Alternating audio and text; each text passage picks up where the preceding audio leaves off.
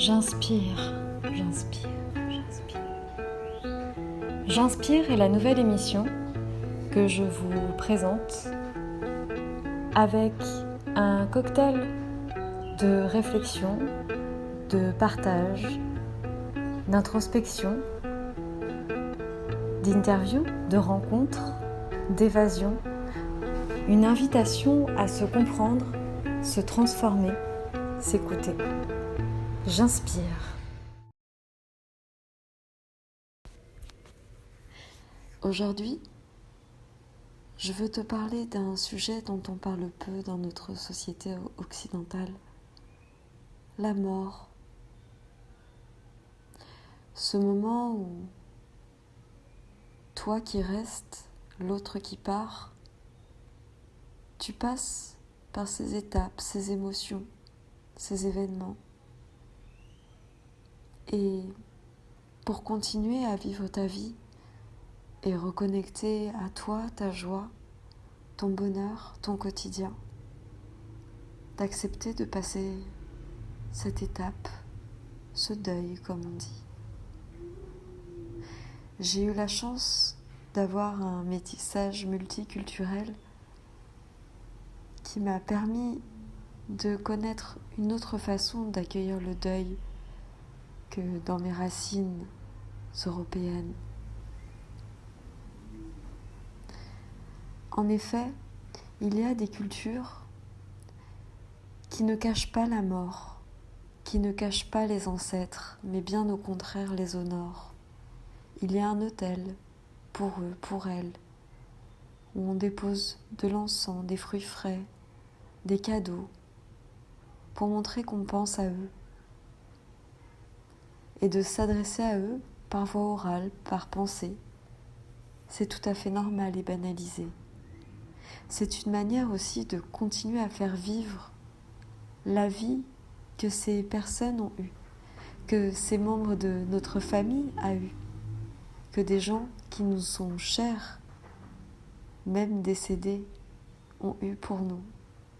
C'est très important, car cette partie que j'ai connue plus européenne, occidentale, montrait qu'il fallait être que dans la tristesse, l'obscurité, être habillé de couleurs sombres et tomber dans un nuage de dépression. Et après, de ne plus jamais parler de ces personnes qui nous étaient si chères. Mais c'est un paradoxe, si elles nous sont chères à notre cœur et qu'on ne les voit plus. Est-ce que cela arrête pour autant le lien que nous avons pour elles ? L'amour, l'affection, la tendresse, les bonnes pensées, les bons souvenirs, ou les moins bons d'ailleurs, mais des anecdotes, des histoires. C'est ce qui fait vivre aussi l'histoire d'une famille, un arbre généalogique.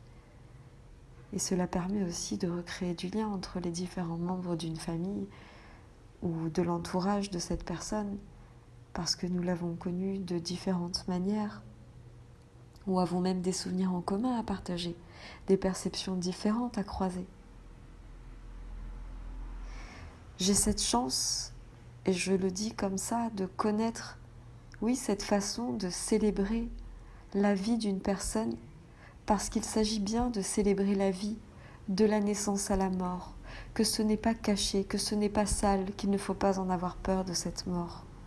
Parce que nous signons pour ça. Nous arrivons sur Terre et nous en repartons. Et la vie, c'est le voyage. Dans la célébration bouddhiste, asiatique, que j'ai eu l'occasion d'expérimenter,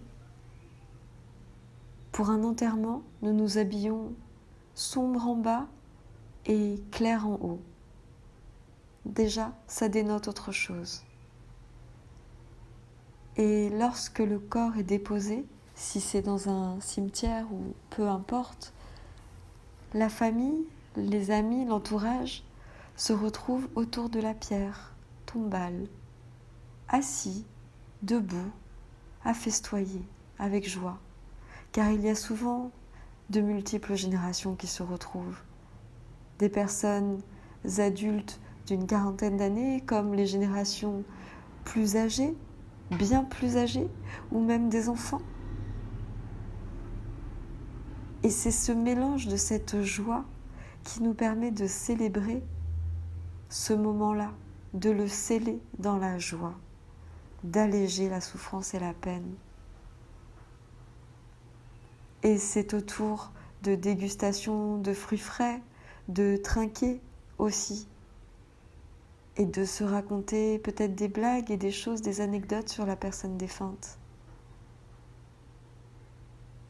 Et cette façon d'aborder une étape qui arrive dans nos vies, c'est une belle façon que d'honorer la mémoire de ces êtres qui nous ont tant et tant apporté et tant aimé. J'avais envie de te partager ça aujourd'hui parce que la mort n'est pas sale.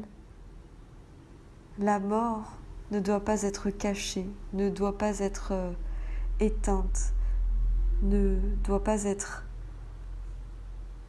non communiquée, même aux enfants et surtout aux enfants.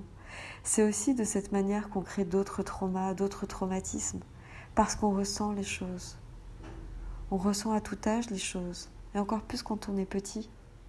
Et quand les adultes décident de ne pas nous partager des nouvelles, parce qu'on pense à notre place que peut-être ce serait trop dur, eh bien un enfant à qui on explique les choses est un enfant bien plus épanoui et peut mieux accueillir ce qui se passe et l'événement, et apprendre à dire au revoir dans la matière à cet être qu'il ou elle a aimé. Et peut-être de continuer à avoir une connexion d'une certaine manière avec. Parce qu'on va avoir peut-être un objet qui nous rappelle cette personne, parce qu'on va avoir des photos, ou parce qu'on va entendre ce prénom qui nous rappelle elle.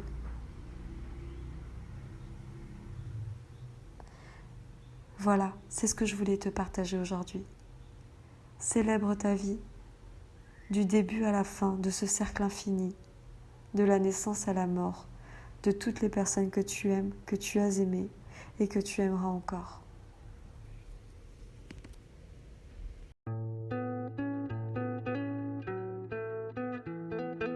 Cette émission s'achève. J'espère qu'elle vous aura éclairé, inspiré par ces mots, pensées, réflexions, partages, que vous gardiez foi et confiance en vous, que vous brillez de votre lumière et que vous vous accompagnez toujours dans votre vie avec positivité et courage. Car tout est en vous et tout est possible. Vivez votre rêve, incarnez votre vie. N'hésitez pas à me contacter via mes réseaux sociaux, par mail ou WhatsApp, que ce soit pour une question ou un coaching. Je vous souhaite une merveilleuse journée ou soirée, selon le moment où vous aurez écouté cette émission. Et je vous dis à bientôt. J'inspire.